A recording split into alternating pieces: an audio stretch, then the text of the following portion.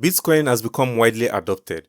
Thousands of merchants and millions of people all around the world have decided to use Bitcoin as a means of settling payments and processing transactions. It will be no surprise that millions more are going to accept Bitcoin in the future. But with the wide adoption of Bitcoin comes a challenge, and that's transaction speed.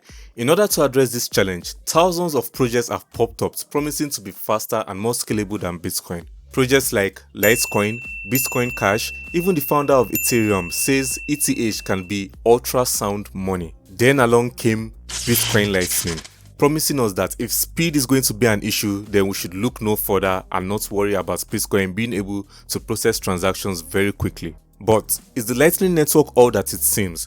Could it introduce new bugs and problems to the already working system that we know as Bitcoin? And even if there are no problems with these layer 2 solutions, how well would this be integrated and adopted by the masses? The last thing the Bitcoin Lightning Network needs is to be confused with some other new shitcoin project that is coming up promising to process transactions very fast. One thing certain is for sure, if the Bitcoin Lightning Network is able to process transactions and solve the scalability problems of Bitcoin while being decentralized and highly secure, then the other crypto projects are going to have a really hard time in this space. Firstly, speaking as someone living in Africa who does freelance work for clients all over the world, the Bitcoin Lightning Network is a dream come true for millions in Africa. Even when it comes to cross-border payments within the continent itself, there are over 54 countries here that could benefit from sending money from one form of fiat to another using the technology of Bitcoin Lightning. Right now, as we are speaking, the Bitcoin Lightning Network is used by apps to send cross-border payments between Europe and Africa.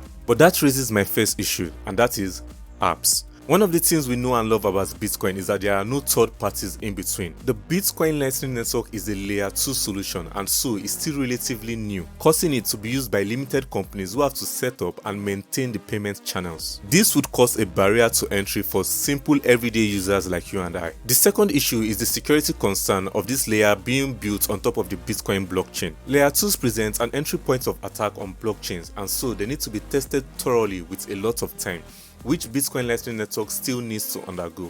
There might still be issues that would see down the line with the Bitcoin Lightning Network, and many users might be afraid of losing funds as a result of this. So, I think the Bitcoin Lightning Network is great, but it's going to take some time to become adopted and widely used just as Bitcoin is today. This tricky situation has positioned Bitcoin as a great store of value and a good hedge against inflation, but not so good when it comes to tipping the waiter or buying a cup of coffee.